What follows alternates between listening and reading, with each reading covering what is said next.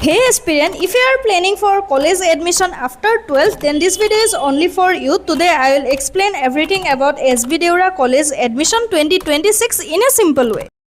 যেহেতু তোমালোকৰ যোৱাকালি ৰিজাল্ট দিলে আৰু আশা কৰোঁ তোমালোকে মনে বিচৰা ধৰণে ৰিজাল্ট পাইছা আৰু যিবিলাকে পোৱা নাই ইমান এটা ডাউন নহবা কাৰণ বাকি যিখিনি সময় আছে সেইখিনি ভাল কৰা তো সেই কাৰণে মই একদম প্ৰথমতে ইয়াতে কোৰ্স কি আছে সেইখিনি কৈ দিও কাৰণ তোমাৰ মনৰ পছন্দৰ সাবজেক্টটো বিচাৰি পাই যাব পাৰা ইয়াতেও তো চোৱা ইয়াতে তোমালোকে BA BSc BCom BBA আৰু BCA কৰিব পাৰিবা তাৰে পৰা BCom BBA আৰু BCA এই তিনিটা হয় সেলফ ফাইনান্স বাকি BA আৰু BSc সেলফ ফাইনান্স নহয়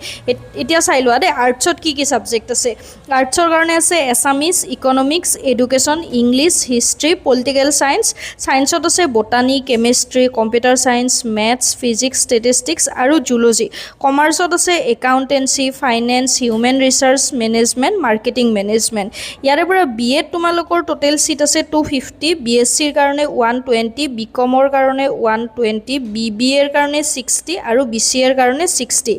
এতিয়া মই ফি স্ট্ৰাকচাৰটো কৈ দিও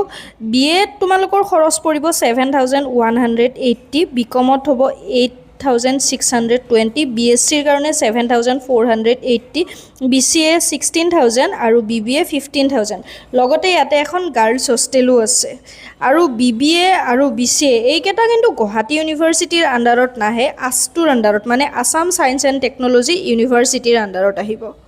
সো ইয়াতে এডমিশন লবৰ কাৰণে যিবিলাকে সমৰ্ট পোৰ্টেলত ফৰ্ম ফিল আপ কৰিছিলা এতিয়া তোমালোকৰ অপচনটো ওপেন হৈ যাব কলেজখন সিলেক্ট কৰা আৰু কোৰ্স সিলেক্ট কৰাৰ কাৰণে আৰু ডকুমেন্টছৰ কাৰণে 12ৰ মাৰ্কশিট লাগিব পাছ সাৰ্টিফিকেট তাৰ লগতে ক্লাস 10ৰ এডমিট কাৰ্ডখন লাগিব পাৰে এজ প্ৰুফৰ কাৰণে আৰু মাইগ্ৰেচন সাৰ্টিফিকেট আৰু তুমি কাষ্টৰ পৰা বিলং কৰা যদি তেনেহলে কাষ্ট সাৰ্টিফিকেটখন লাগিব এতিয়া আহিল আমাৰ পাৰ্সেন্টেজৰ কথা বহুতে মোক এটো সুধিয়ে আছে কমেন্ট বক্সত তো পাৰ্সেন্টেজ ইয়াতে মই ভাবো মিনিমাম 45% যদি থাকে বা তাতকে অকনমান কম থাকিলেও তোমাৰ সিট পোৱাৰ চান্স আছে